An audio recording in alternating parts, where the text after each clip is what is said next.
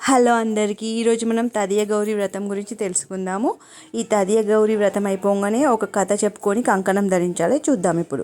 ఊళ్ళో ఒక రాజు ఉండేవాడు. ఆ రాజుకి 2 భార్యలు ఉండేది. పెద్ద భార్యకు భక్తి, అమ్మవారు పూజలు అంటే ఎక్కువ ఇష్టం ఉండేది. చిన్న భార్యకు ఎక్కువ ఇష్టం ఉండకపోవు పూజలు అంటే. అప్పుడు అమ్మవారు పరీక్ష చేద్దామని చెప్పి మారు వేషంలో ముసలి వేషంలో వస్తుంది. వచ్చి చిన్న భార్యను అన్నం పెట్టుమని అడిగితే అన్నం లేదు ఏం లేదని చెప్పి కాలుతో తంతుంది. తన్నంగానే అప్పుడు అమ్మవారు శపించి వెళ్ళిపోతుంది. ఆ వేరే ఇల్లు ఎవరో కాదు, రాజు పెద్ద భార్యనే.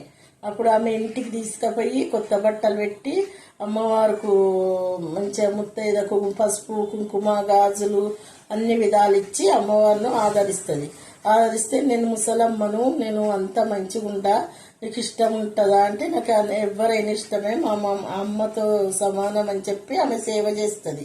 చేయంగానే అప్పుడు ఏం లేదు, నువ్వు తదియ గౌరీ వ్రతం వస్తుంది.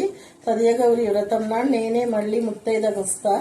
ఈ వ్రతం నోముకో, గౌరమ్మను 16 ఆకులల్లో, ఉత్తరేని ఆకులల్లో గౌరమ్మను పెట్టుకొని 16 ముళ్ళేసి 16 ఆకులు దండ కట్టి ఆ కంకణం చేతికి ధరించాలి. భర్త ఆయుర ఆరోగ్య ఐశ్వర్యాలతోని తులదూగుతాడు. ఈ తదియ గౌరీ వ్రతం నోముకున్న వాళ్ళు ఈ కంకణం కట్టుకోవాలి. 16 ముళ్ళేసి ఈ కథ విని ఈ కంకణం ముత్తైద కట్టాలి, మనం కట్టుకోవాలి.